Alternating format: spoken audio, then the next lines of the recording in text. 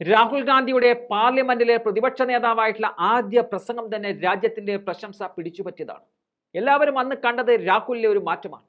രാഹുൽ അന്ന് നടത്തിയ പ്രസംഗം BJPയെ ശരിക്കും വെള്ളം കുടിപ്പിച്ചു എന്ന് തന്നെ പറയാം. കാരണം മോദി അടക്കം പ്രധാന നേതാക്കളൊക്കെ നിരവധി വട്ടമാണ് രാഹുലിന്റെ പ്രസംഗം തടസ്സപ്പെടുത്താൻ എഴുന്നേറ്റത്. അപ്പോൾ തന്നെ മനസ്സിലാക്കാം എത്രമാത്രം രാഹുൽ ശക്തനായി കഴിഞ്ഞു എന്നത്. ഈ വിഷയത്തിൽ നൊബേൽ സമ്മാന ജേതാവ് കൂടിയായ അമർത്യ സെൻ പ്രതികരണം നടത്തിയിട്ടുണ്ട്. പ്രതിപക്ഷ നേതാവ് രാഹുൽ ഗാന്ധി പക്വതയുള്ള രാഷ്ട്രീയ നേതാവായി മാറി എന്നതാണ് അദ്ദേഹം പറഞ്ഞത്. മൂന്നാം മോദി സർക്കാരിന്റെ ഭരണകാലത്ത് പ്രതിപക്ഷത്തെ എങ്ങനെ നയിക്കുമെന്നതാണ് അദ്ദേഹത്തിന്റെ പ്രധാന വെല്ലുവിളിയെന്നും അദ്ദേഹം പറയുന്നുണ്ട്. ഭാരത് ജോഡോ യാത്ര രാഹുലിനെ ദേശീയ നേതാവായി രൂപപ്പെടുത്തുക മാത്രമല്ല ചെയ്തത്, രാജ്യത്തിന്റെ രാഷ്ട്രീയ ഭൂപ്രകൃതിയെ തന്നെ മാറ്റിമറിച്ചെന്നും അദ്ദേഹം പറയുന്നുണ്ട്. രാഹുൽ ഇപ്പോൾ കൂടുതൽ പക്വതയുള്ള വ്യക്തിയാണ്. ട്രിനിറ്റി കോളേജിൽ പഠിക്കുന്ന കാലത്ത് മുതൽ തനിക്ക് രാഹുലിനെ അറിയാം. ആ സമയത്ത് രാഹുൽ എന്നെ സന്ദർശിച്ചിരുന്നു.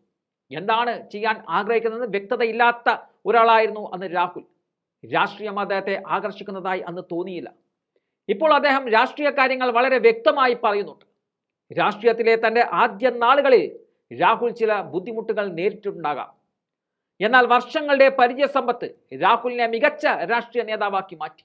അദ്ദേഹത്തിന്റെ സമീപകാല പ്രകടനം അസാധാരണമാം വിധം മികച്ചതാണെന്നും അമർത്യ സെൻ പറഞ്ഞു വെക്കുന്നുണ്ട്. ഇന്ത്യയുടെ പ്രധാനമന്ത്രിയായി രാഹുലിനെ കാണാൻ സാധിക്കുമോ എന്ന ചോദ്യത്തിന് അത്തരം സാധ്യതകൾ പ്രവചിക്കാൻ തനിക്കിപ്പോൾ സാധിക്കില്ലെന്നും, എന്നാൽ രാഹുൽ എന്ന മനുഷ്യൻ ഒരുപാട് മാറിയിരിക്കുന്നു.